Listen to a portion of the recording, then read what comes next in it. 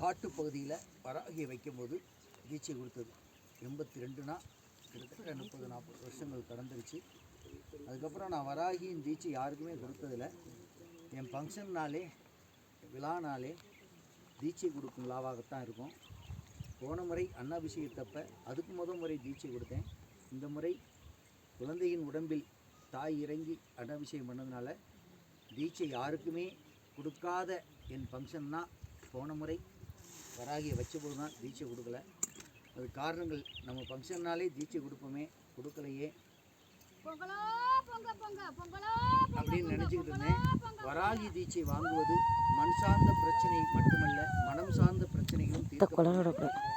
மண்டல பூஜை முடிந்து அலங்கார கோலம் பூணுகின்ற பொழுது அத்தனை தெய்வங்களுக்கும் ஆராதனை காட்டி மல்லீஸ்வரனுக்கும் ராஜ கணபதிக்கும் சிவவேலனுக்கும் எல்லை காவல் தாய்க்கும் நடராஜ பெருமாளுக்கும் சுயம்பு லிங்கத்திற்கும் அலங்கார கோலம் பூண்டு வராகிக்கும் அலங்காரத்தை கலைத்து மீண்டும் அலங்கார கோலம் பூண்டு அவள் தீட்சையை அவள் நெத்தியில் வைத்து நான் இவ்விடம் வந்திருப்பவர்களுக்கு கொடுப்பேன். என் வயதின் அனுபவங்களும் என் வாழ்க்கையில் நான் பெற்ற வரங்களும் 100ஐ தாண்டி 108ஐ தாண்டி நடைபெயிலும் ஆதிக்க ஆண்டுகளை கடந்தவன் அந்த சக்தியும் இங்குள்ள அனைத்து சக்தியும் வராகி உடம்பில் இறங்கி அவள் தீட்சை உங்களுக்கு கொடுக்கப்படும். கொடுப்பனை வேண்டும். எல்லோரும் வருவதாகத்தான் கூறினார்கள். நாவால் நான் தடுத்து விட்டேன், சிரமத்தை கொடுக்க வேண்டாம் என்று. அவள் தடுத்து விட்டாள் என்றுதான் சொல்ல வேண்டும். வராகி தீட்சை ஊர் கூடி அன்று முனிவன் கொடுத்தான். முனிவன் சொல்லி ராஜராஜ சோழன் வராகி தீட்சையை வருவோருக்கெல்லாம் வாரி வழங்கினான். வராகியாக மாறினான் அன்று. பின்பு தஞ்சை பெரிய கோவில் உருவானது, காலம் அழியா கோவில். பின்பு அவன் மாயமாக மறைந்தான். ஆனால் எனக்கு ஜீவநிலை என்று வந்துள்ளது.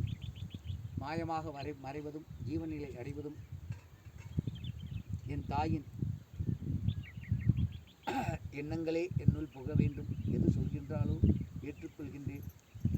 மாயமாக மறையச் சொன்னாலும் எழுதி வைத்த நாளன்று 2098 வருடம் ஜூலை மாதம் 23ஆம் நாள் ஆடித்திங்கள் 8வது நாள், ஜூலை 23 ஆடித்திங்கள் 8வது நாள் இரவு 1:10 மணிக்கு நான் ஜனனித்த உச்சகால நடுஜாமத்திலேயே உள்ளிறங்க அங்கு உருவாக்கியுள்ளேன். பஞ்சபூதலிங்கம் உருவாகி வருகின்றது.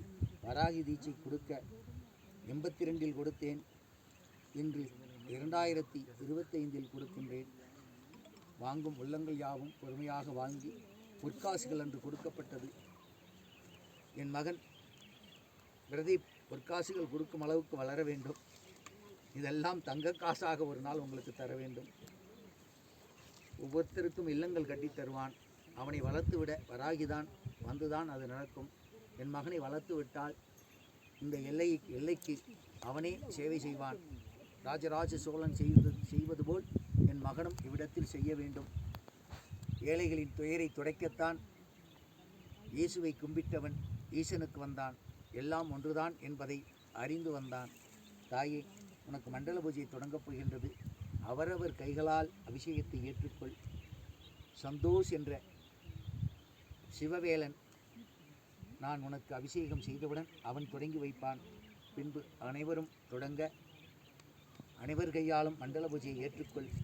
பாலால் நீ குளித்து, செந்நீரால் நீ குளித்து, திருநீரால் நீ குளித்து, சந்தனத்தால் நீ குளித்து, மஞ்சள் நீரால் நீ குளித்து, மலரால் நீ குளிக்க, வர்ண பகவான் வந்து வாழ்த்து சொல்ல, ஒட்டுண்ட கதிர பகவான் ஆசி கூற,